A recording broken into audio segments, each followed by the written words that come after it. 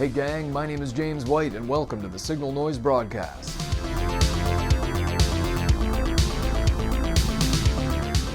Your response to my last digital process video was so awesome that today we're going to do it again. I'm going to jump into Illustrator and Photoshop to build an illustration featuring the team you didn't know you needed, Ram128 and his sidekick Floppy. Let's get to it.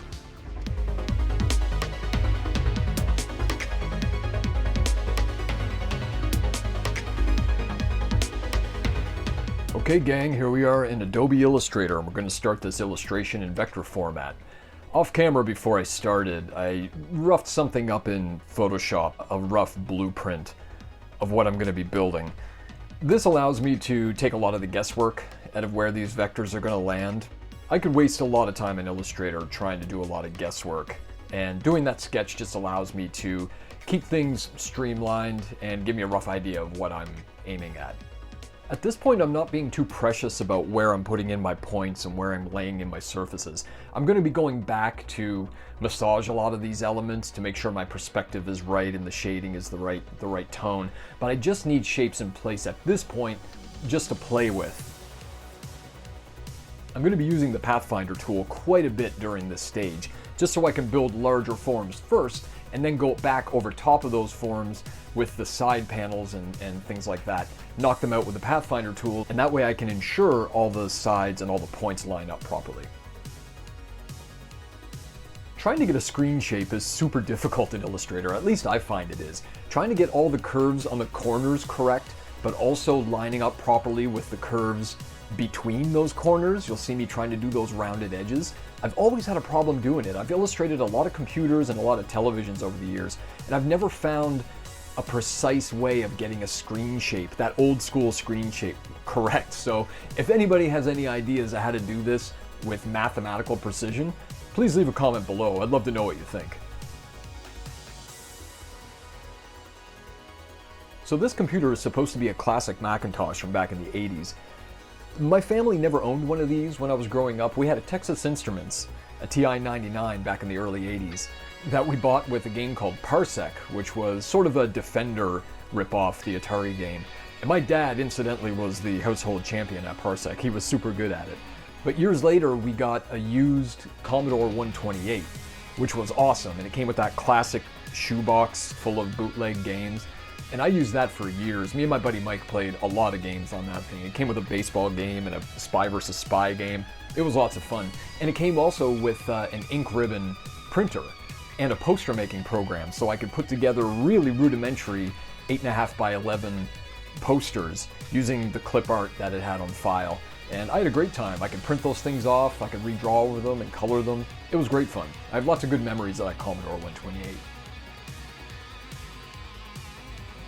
This is a process that I touched on in a previous video where I'm drawing lines at the top and the bottom of the surface using the blend tool with specified steps and then adjusting those number of steps in between to try to get guidelines so I can put my perspective in place. So what I'm doing is adjusting those steps, the lines go up and down, and I'll pick a line that's close to, say, the edge of the screen, and I can use these guides to properly line up all these edges. And I'll do the same with the disk drive and that little square down in the lower left-hand corner, so everything lines up on the same plane. Everything is on the same perspective, and that's going to help sell that illusion that this is a three-dimensional object.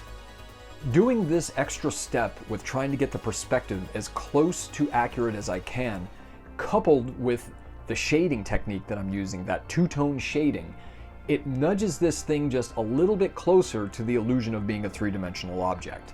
That's what we're doing. We're in the business of selling 3D, even though it's not a 3D built object. So anything that we can do, any of these little tricks that we can take advantage of is going to help the overall construction of the illustration. So here I am doing the top to bottom perspective guides.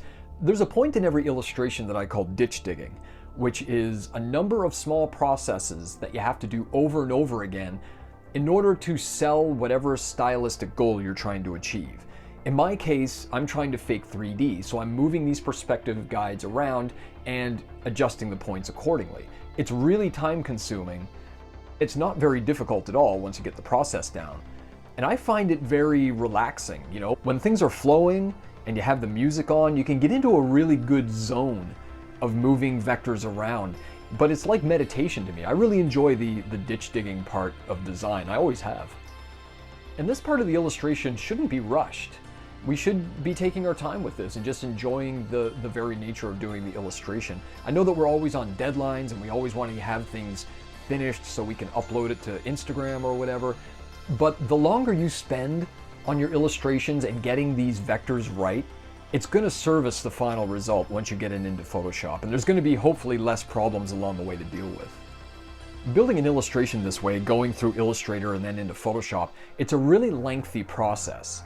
So inevitably along the way, we hit these little decision points, these little kind of signposts where we can tell something isn't working, and we can decide if we just leave it the way it is, i.e. it's good enough, or we dive back into those vectors and we figure out what the problem is to fix it.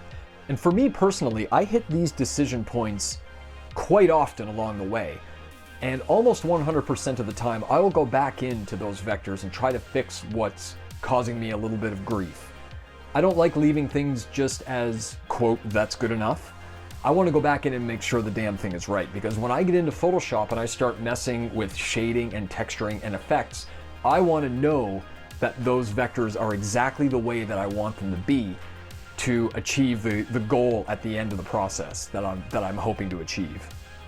So this illustration should be a lesson in experimentation. I'm going to be doing a lot of that along the way, and I'm going to be throwing out a lot of ideas that I initially thought would look cool, but once I executed them, didn't quite look the way that I had hoped they would look. The vent on the side of the computer is an example of that. This won't actually last into the final illustration, but at this point I thought, that the vent is what I want there, so I'm going to build it properly, get it all on perspective, and then see what it looks like once I move into Photoshop. I did a lot of experimenting with different elements for this illustration, and many of them didn't end up in the final, but I had to build them to a point where I could judge for myself whether or not they worked. And a lot of them didn't. So I'll be sure to point those out along the way, just to shed some light on my creative process and how I'm always open to experimenting with different ideas along the way. One tool that I was introduced to in my early career that changed how I use Illustrator is Offset Path. You can find it in the Object, Path, Offset Path menu. Basically, it allows you to do a buffer object around an existing object that's based on the point size that you hand it. And it's something that is invaluable. It's very difficult to explain as well, but if you're learning Illustrator and you're not yet familiar with Offset Path, do look into that tool because it will change how you navigate the vector arts. Here's another one of those decision points that I mentioned earlier. There's no solid corners on a computer, so I needed the side of that front shape to be curved because it's curved on the other sides. So what I had to do was figure out how the vectors were going to interact so I can smoothly do a curve and have it line up with the bottom. And you'll see me going back over and over again before finally getting it right. And now you can see that corner kind of matches up with the far corner and things are looking okay. But I had to go back in and do that, and it took me about 15 minutes to finally get that thing right. But, again, it services the overall piece, so it has to be done. So here we are building the edges, so I'm going to allude to the fact that there's another surface over here by adding a midtone, and I'm doing that by roughing in the larger shape. I'm copying and pasting a shape over top of it, and then using the Pathfinder tool to knock everything out other than the area that those shapes are overlapping, so I can have that shape exactly where I want it, and then color it to the tone that's needed.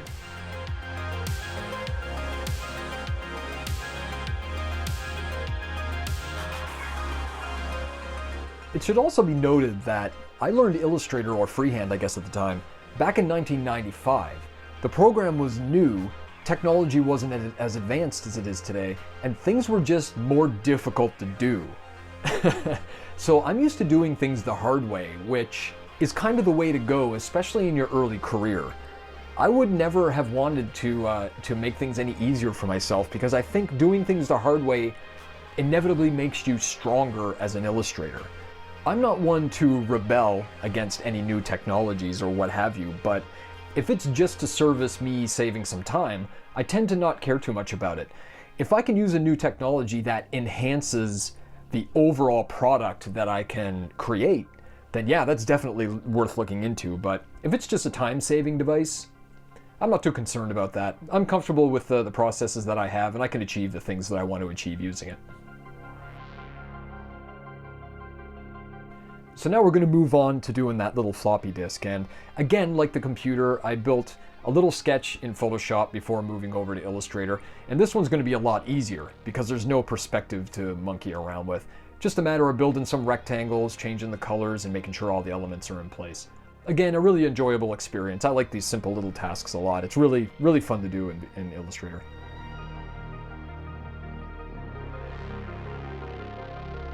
Now here you see me moving the disc into place, and this is another one of those decision points that's going to come back to haunt me later on. So I forced the perspective on that disc, and now I'm going to start monkeying around with all these little edges and stuff, because I originally wanted the disc to be as on perspective as the computer, but the disc is a smaller object. So I forced the perspective way too much on this disc, and it's not going to become apparent until I get into Photoshop and start doing the paints on it and doing the shading.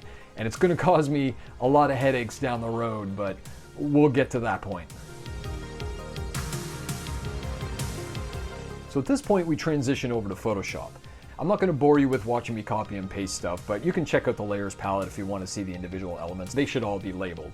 Here's a shout out to Simon Hartman over on my Dribble account, who asked me if I can go into a little bit more detail on how I add gradients to the surfaces in my illustrations. At the top of the screen, you can see the mode is set to dissolve, and that's going to add some grain, some noise to every gradient. So what I do is I put one layer of blue down, you can see it going from the upper right down, and then adding a lighter level of blue to the top of that. Because what I'm trying to do is get the blue super bright right at that upper right corner, and then kind of fade to blue going down, then showing some of the purple underneath, and then I had one level of shading going from the lower left up. Then I added a levels adjustment layer on top of everything so I can make those highlights really pop out and make those shadows kind of recede. Trying to add a cool effect or lighting to screens is something that I've always had a challenge with, because the screen should be the brightest point of color on this thing because it's actually lit, where everything else is just solid plastic. But I always want to make everything look cool at once. So I always have the screen not being the brightest part because I want to show the front of that surface being illuminated as well. So it's a tricky one. One of the things I learned in the last 2 years is how to use clipping masks over in the layers palette. So a clipping mask are those layers that have a little tiny arrow next to them. And you can right click on them and say set clipping mask or whatever that is, and it will knock out any of the areas other than the shape that's in the layer below that one. It's hard to explain, but it is something really worth experimenting with. You can add layer masks, but clipping masks are a little bit more versatile, and then if you start using layer masks and clipping masks, because there is a difference between those two things, it'll open up a lot of doors. So definitely worth looking into clipping masks. I highly recommend it. So here I'm adding some edge lines around all of the surfaces where I think light is going to be hitting. So in this case, our light source is the upper right corner, so I'm going to have all of those edges illuminated with that little edge light. Now this isn't really what objects look like. It's just me trying to fake a little bit of 3D, and that little edge light kind of pops the object off of the background a little bit. I had a real problem with contrast, trying to get the object in the foreground to differentiate itself from the colors in the background, because there's a lot going on with these gradients, and those edge lines allow me to pop that object off the background in a lot more of an easy way. And heck, it just looks cool. As I said before, we're in the business of faking 3D, so any little process that we can put into the construction of this illustration is well worth experimenting with. And here's the beginning of my fighting with the background in this. Now, when I say I'm having problems with contrast, you can see in the upper left-hand corner of the computer how the back corner is sort of bleeding into the background now. So I'm going to put a little bit of an outer glow on the base of the computer to try to pop that edge off of the background. But you can see as that edge goes down, it's still bleeding away right in behind that disc. So I'm trying to add those edge lines again to try to get that foreground object to pop off the background object. And the more colors that you have at work, the harder that becomes, because you have to really figure out what lighting is back in behind your object in order to make the thing not bleed away. And here I am goofing around with that vent again, which is painful for me to watch in replay because I know that thing is going to be deleted and I spent a lot of time trying to build it and get the tones right. You know, sometimes you have to kill the thing you love if it services the overall piece. The vent just wasn't working, and that'll come back later on. So I'm going in now and trying to add shadows and highlights to the disc object, which again is hard for me to watch in replay because this is ultimately going to change. But it presented a lot of different challenges outside of the shape itself. What I'm trying to do is I'm lighting a blue object, the computer, and a pink object, the disc, but I'm trying to match up the tones of the highlights and the tones of the shadows to make it look like these objects exist in the same space, which is always difficult, you know, and you have to adjust your settings accordingly. If I have the blue highlight on the computer set to overlay, that's not necessarily going to be the same setting when I get over to that disc. So you really have to eye things up and really scrutinize what you're doing along the way to make sure things line up properly. And if you look at that disc right now, the shadows and the highlights don't match up with what's hitting the computer. You see the edge on that little metal piece is darker on the inside than it is on the front, but the light, if it's coming from the upper right, shouldn't be hitting that little metal piece. So that doesn't abide by the global lighting that's going on. And I also want to call your attention to the front of the computer right now in that the upper portion of the screen looks mostly blue and the bottom portion down where that little pink light is looks mostly purple. So that really started bugging me and it didn't come to light until I started throwing those gradients around. So I had to go back into Illustrator, match up the colors, strip off all of my shading and all of my highlights, and then rebuild those gradients from scratch using the process that I described earlier in the video. Now you can see the bottom portion and the top portion, those colors match up a hell of a lot better than they did before. Analyzing your own process is something everybody should do so that it enables you to undo things that you did along the way in order to rebuild them for a better result. So now we're getting down to business. I did another sketch on top of that computer element to figure out where all of the little details are going to go on this computer that I'm ultimately going to make into a character. I always put little stripes going from blue to pink to orange in the corners of all my objects because number one, they always look cool, number two, they look retro, and number three, that abides by the Signalnoise aesthetic pretty well. And I had to try to figure out how to treat that bottom edge too, so I'm kind of goofing around with shadows until ultimately I just chop the whole thing off so those stripes reside right on the front of the computer. The original intent was to cover the computer with a bunch of stickers. A lot of these are callouts to friends of mine, clients that I've worked with along the way, and just little stickers that I've built for myself. I really wanted to do this pixel face on the front. I built that off camera. It was just me in Illustrator moving a bunch of squares around. It wasn't overly interesting. And right here you can see a lot of those stickers that are in place on the computer. Ultimately, I ended up taking them out just because they were cluttering up the composition and then the disc wasn't popping out as much as I wanted it to. They just took up too much real estate and too much attention. I liked the concept, but in execution, it just didn't work, and you gotta know when to make those decisions. When it comes to floppy disks, the label is where you write the title of the disk or the contents that are on it. So the original idea for Floppy's face was to be hand-drawn. Again, this is another one of those concepts that in execution I just didn't like because it looked a little bit not finished, I guess. I angled both of the characters as well, just because I wanted to add a little bit more of a dynamic feel, a little bit more energy to the composition, so angling those characters just throws off the initially structured look that I was trying to avoid. I added a texture to the screen as well, and this is a vector asset that I made probably 10 years ago. You can see all of these little hexagons or whatever they are, and there's loads of them. When I paste it into Photoshop, it looks like just a gray square. But when I overlay it and mask it to that screen, you can see it adds a little bit of a screen-like texture, like there's pixels or something else happening in there. And like I said, I made this asset ages ago. I think I created it for my Tron Legacy poster way back in the day, but anytime there's some sort of a screen involved in my illustration, I'll throw that screen texture on top of it. I think I set it to overlay or soft light. It just adds a little bit more interest to that area. At this point in the composition, I'm not satisfied. The mistake that I always tend to make is I'll start adding things in hopes that something that I add will solve whatever problem is happening, whether that's a shadow or a lens flare. 9 times out of 10, it's something that needs to be taken away, not added. It needs to be simplified. It's times like this that you really need to know your process in order to unravel the things that you've done to a point where you are satisfied with what the composition looks like and then build upon that.